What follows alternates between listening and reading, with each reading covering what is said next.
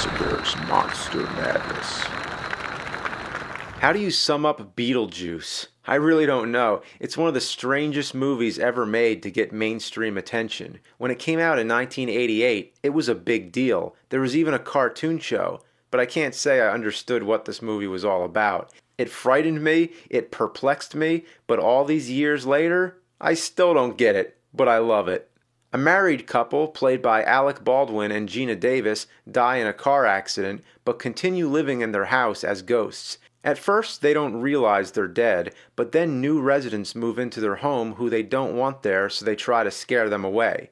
Even though they're able to do some freaky things, being ghosts and all, it doesn't work, because nobody can see them, except for the dark, depressing daughter played by Winona Ryder. Then they find out about Beetlejuice, a bio-exorcist who may be able to scare away the living, but he might not be worth the trouble. Beetlejuice is played by Michael Keaton, who does a wonderful job. The performance is sort of a mixture of a clown, a zombie, a scary monster, and other assortments of things I can't quite put my finger on. He's completely unpredictable. It's a very unique role, played largely for laughs, which could have been disastrous, but given the quirky and zany tone of this movie, it fits in perfectly well. I can't even recognize that it's Michael Keaton. The makeup is so good, it won an Academy Award. It was directed by Tim Burton, so it's very possible that if he made this movie much later, the role of Beetlejuice would have been played by Johnny Depp.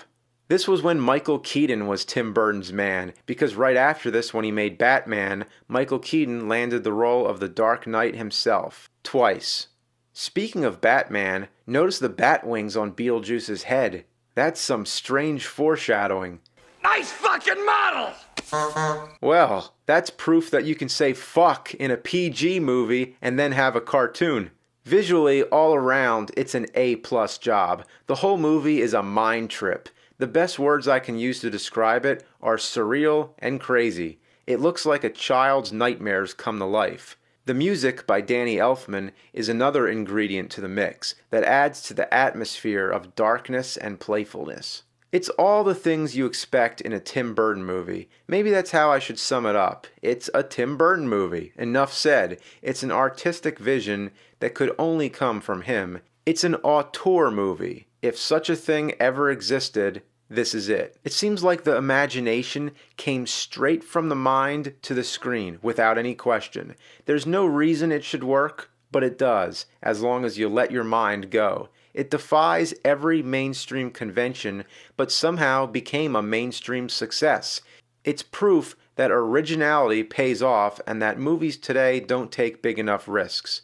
Sure, it might not have the most sound plot, and it's really offbeat, but every time I watch it, it keeps getting better.